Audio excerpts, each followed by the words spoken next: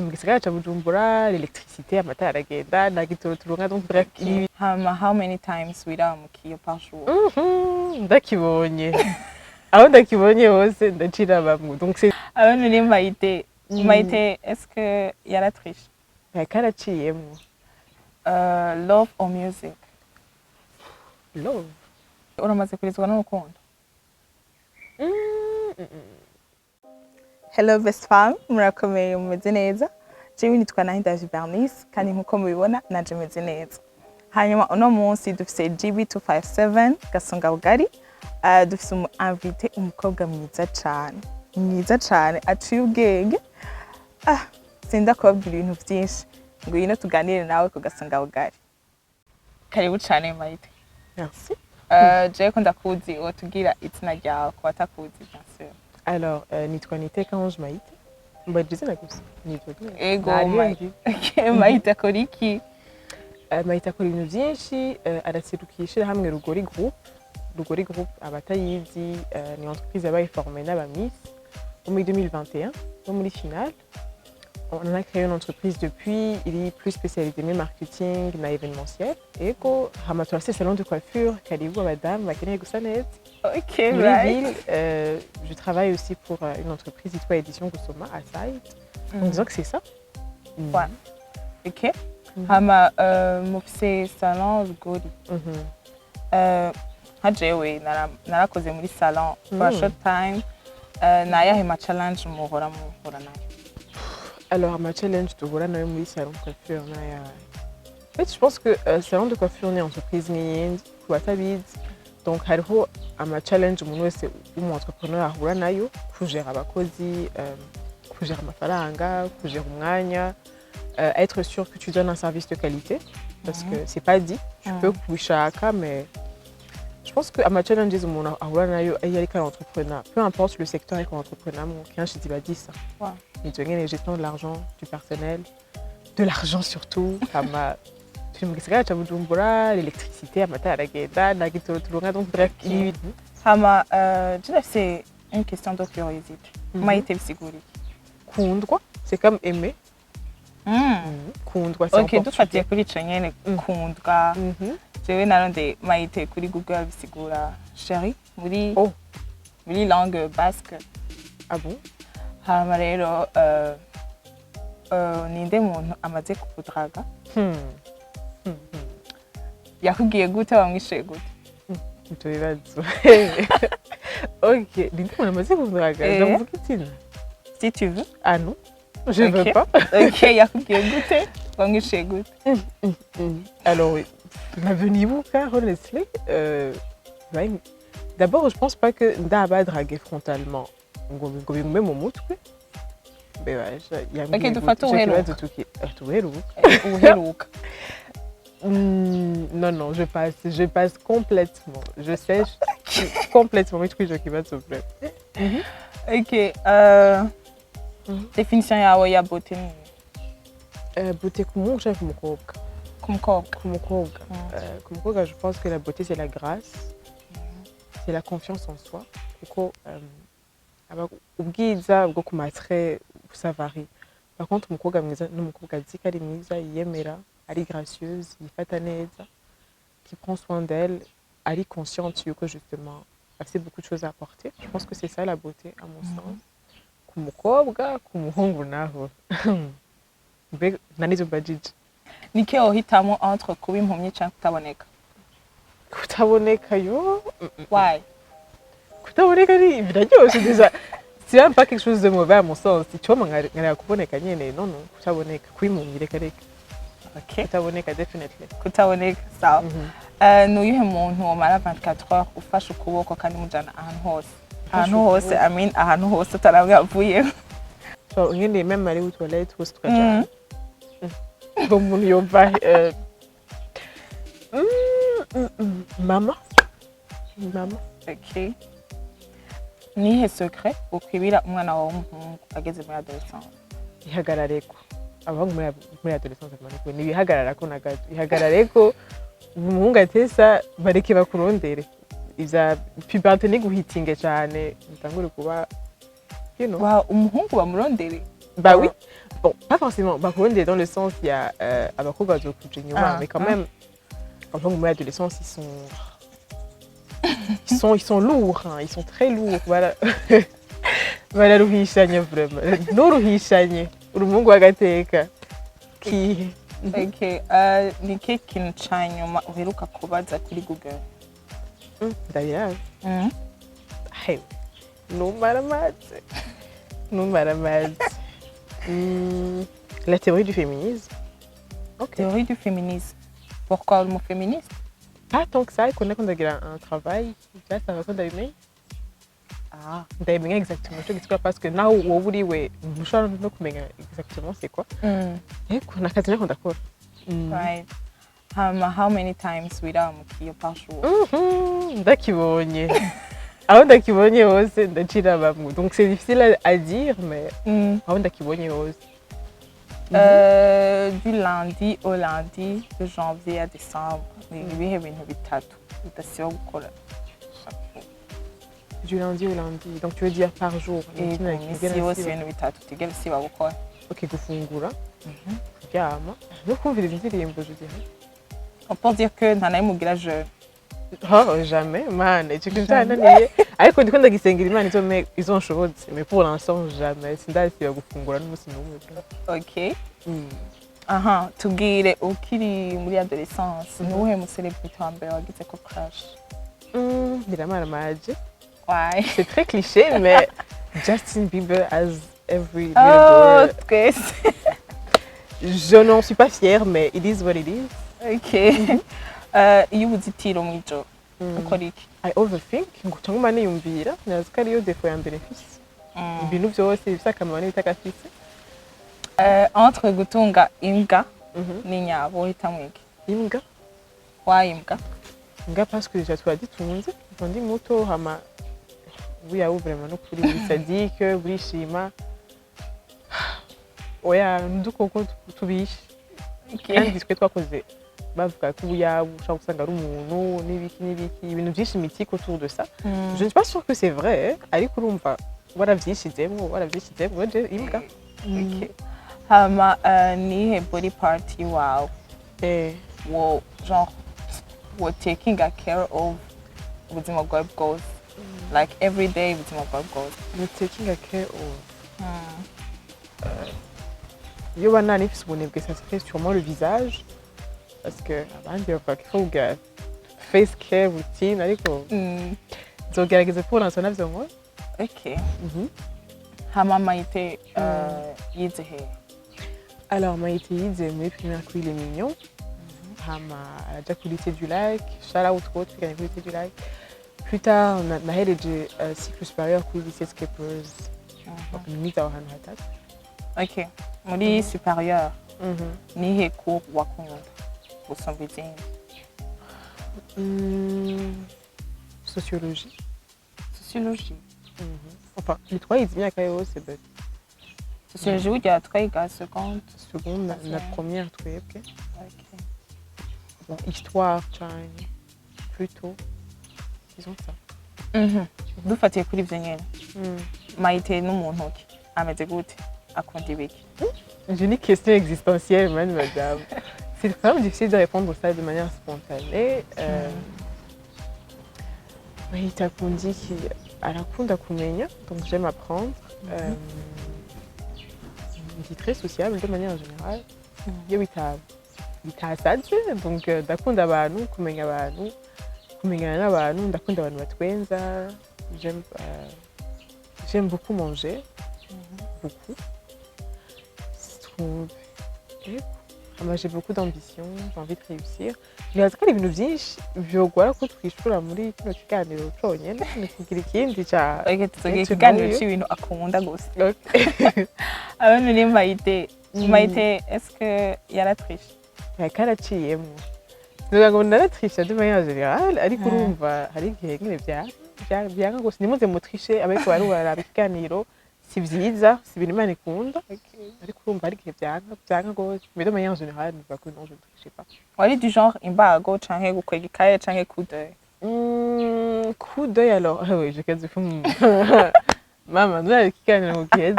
Ndagusabye Gezao, tu as assez entendu.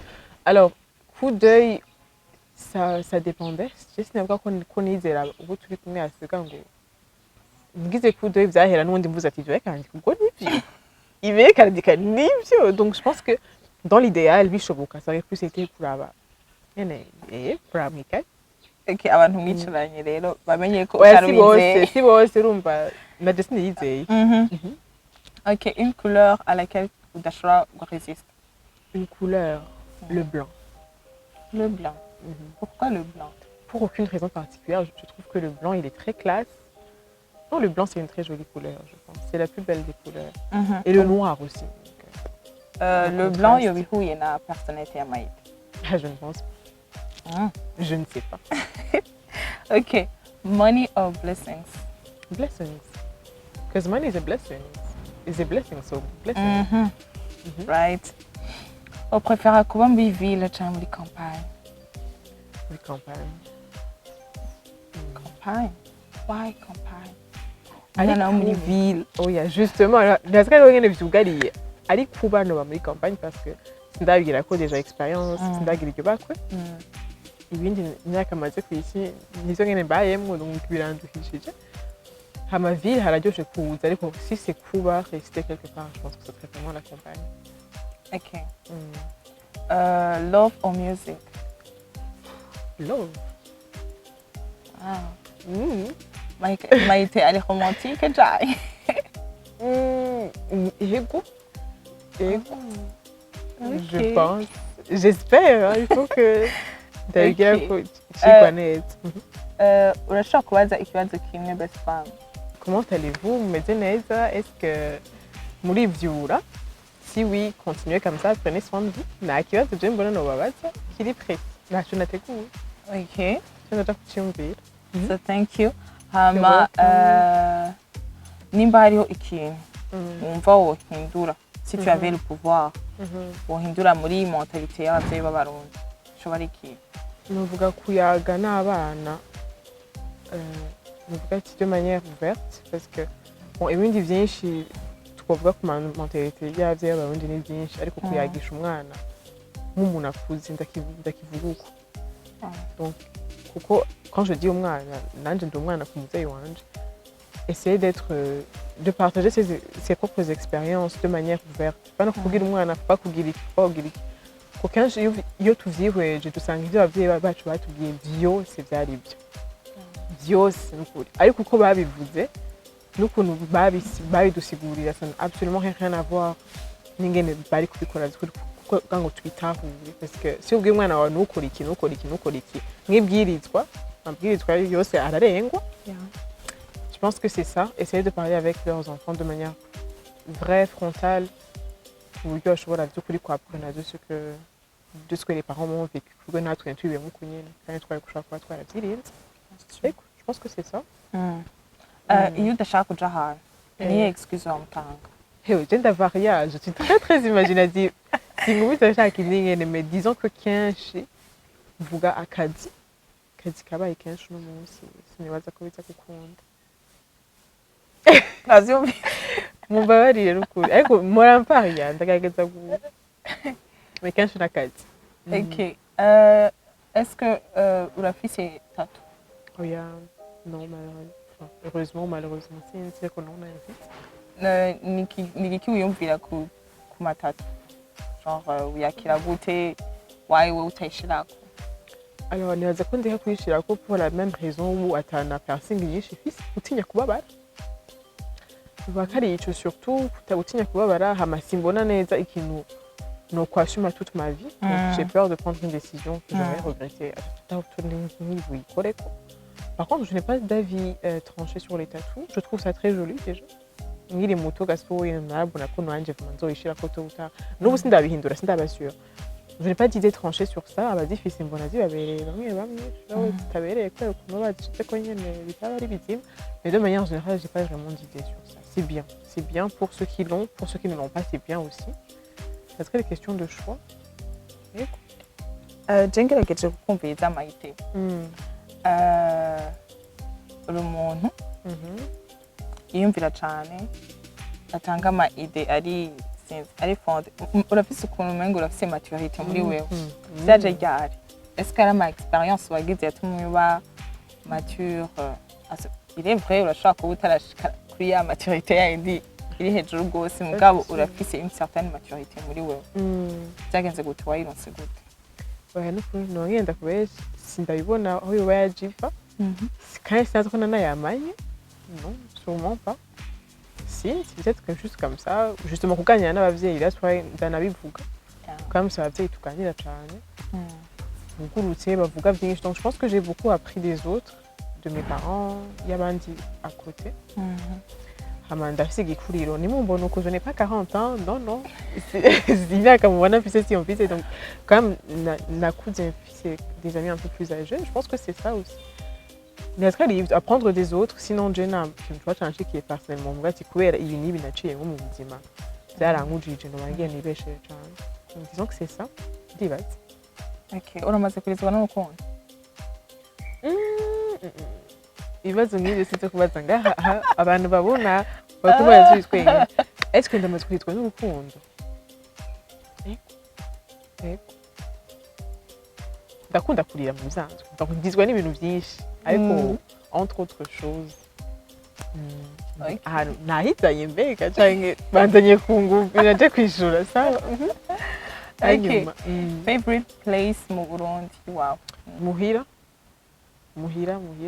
dans ma chambre devant la télé that's my favorite place okay what phone do you have what phone iPhone yakanga America XR XR I'm proud of it tundi nafite 14 nacho mutujyanye hagira soki yindi birabasha okay Miss Burundi waragiye muri competition Miss Burundi 2021 Miss Burundi iraguha platform iraguha kumenyekana naho utabaye Miss ni igiki wishimira ko wararonse kubera ijya competition en fait déjà ni rien nouveau c'est la plateforme les contacts c'est quand même très important on y va d'accord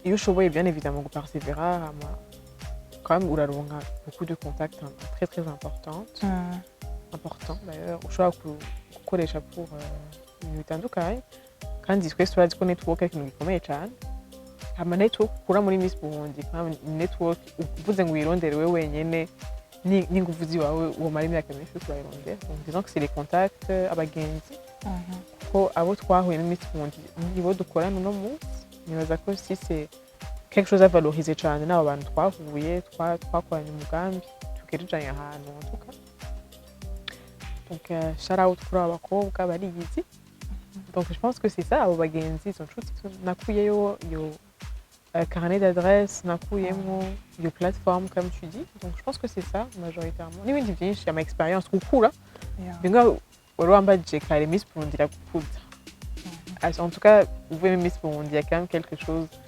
maturité no yubana yo no n'ibintu byinshi bayumenye wimenye ko wewe surtout donc je pense que c'est ça. Okay. Last question. Okay. Elle est prête. Ouais, pourquoi? Vous avez vu très. Ah, il y a encore qui goy. Okay. Ni kihe kintu kiri crazy umaze gukora kubera urukundo? Nothing is not crazy for love. Simbona ikintu n'ubu nagize kiri crazy cyane. Non, rien. Rien de rien. Rien de rien. Ndakwemerere. Nakundi nakwajije ndibaza ibibazo byinshi. Ndaje ugeze kuri bingahe? Sinaruye ko ari byanza nkuko nyene. Okay. Urafise ikibazo cyo mbaza. Alors déjà, tu es passionné par le journalisme, Tchangé? Bien sûr. Depuis longtemps? Pas trop longtemps. Mugabo natanguye kuyiyumvamo nize kubera nize lettres modernes. Natanguye kuyumvira ivya journalisme niga lettres modernes. Then ndayikunda muga kandi nkagira ubwoba canke sinzi ka nari confuse kuntu. Muga I'm here. Okay. That's good. Okay. Thank you. Thank you too. Ego wakoze kuza kugasonga bugari. Ndokomanaje. karibu ndabe ko karibu ushaka kuzostinga niba bikunda bien sûr ego murakoze rero best femme ego naho butaha